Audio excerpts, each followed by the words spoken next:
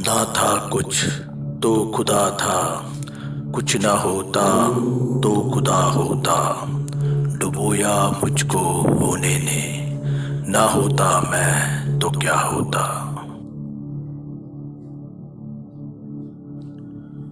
इस कश्मकश में हम लोगों की जिंदगी बीतती चली जा रही है, और एक वक्त के बाद आत्मा को माया की खुशी का कुछ एहसास नहीं रहता।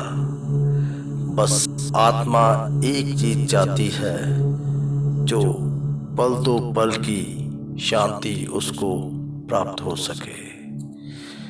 आत्मा मुझ में ही समा जाए और मैं उसी में समा जाऊं।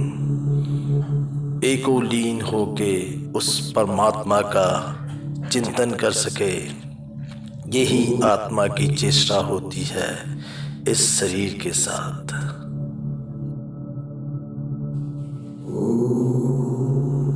महाभारत के युद्ध समाप्त होने के बाद भगवान कृष्ण की प्रेरणा से पांडव इसी मार्ग से स्वर्ग गए।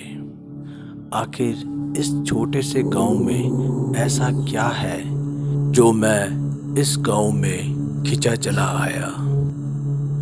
यहाँ का एक एक कदम मुझे ऐसा प्रतीक करा रहा था जैसे स्वर्ग की ओर हम लोग जा रहे हों। इस गांव की खूबसूरती का वर्णन मैं शब्दों में नहीं कर सकता हूँ।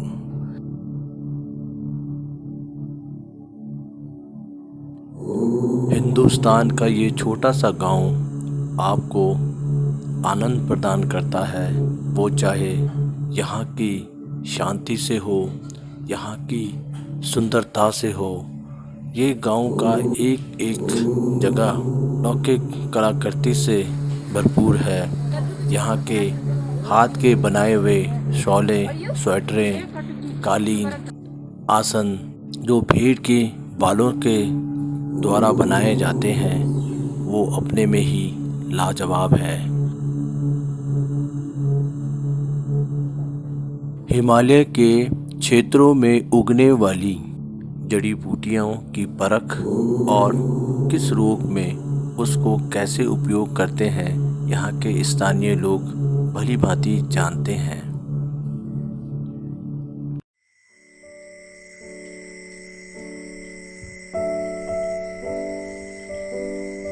कहते हैं माता मूर्ति के दो पुत्र नर और नारायण इसी जगह में जन्मे थे।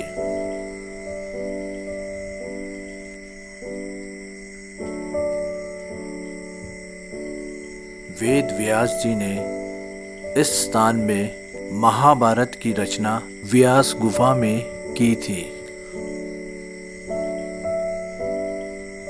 कहते हैं वेद व्यास जी ने महाभारत को लिपिबद्ध करने के लिए गणेश जी से आग्रह किया था। जब गणेश जी महाभारत की कथा लिख रहे थे तो सरस्वती नदी का शोर उनको बाध्य कर रहा था महाभारत की कथा लिखने में। तो उन्होंने माता सरस्वती को वहीं श्राप दे दिया, जिसकी वजह से सरस्वती नदी का उद्गम स्थान जो यहाँ पे है, इसी जगह पे ही माता लुप्त हो गई। माता सरस्वती नदी के दर्शन केवल इसी स्थान पे ही हम लोग कर सकते हैं। उसके बाद माँ सरस्वती अलकनंदा नदी में विलीन हो जाती है। इस वक्त हम भीम पुल के ऊपर से गुजर रहे हैं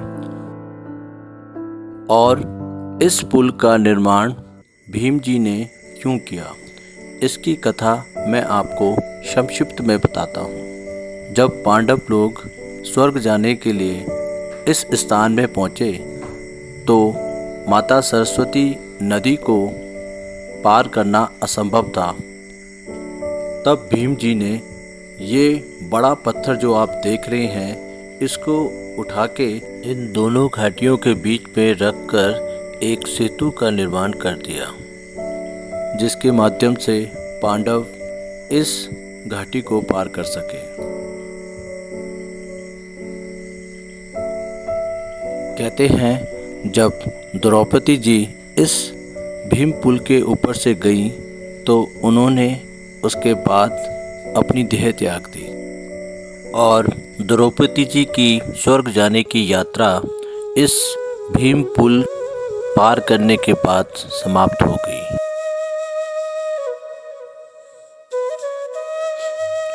फिर पांचों भाई पांडव इस मार्ग से स्वर्ग की सीढ़ियों के लिए प्रस्थान कर गए।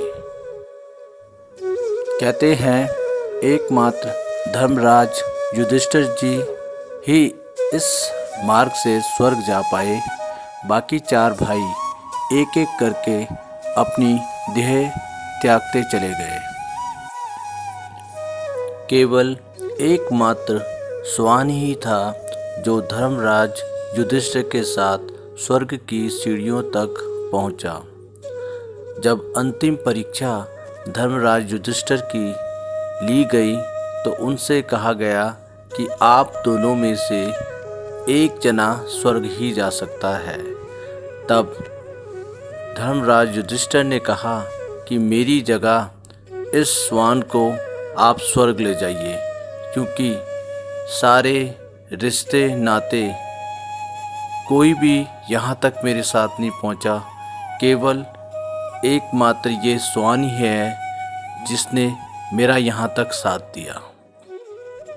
कहते हैं धर्मराज स्वान के वेश में पांडवों के साथ इस यात्रा में चल रहे थे।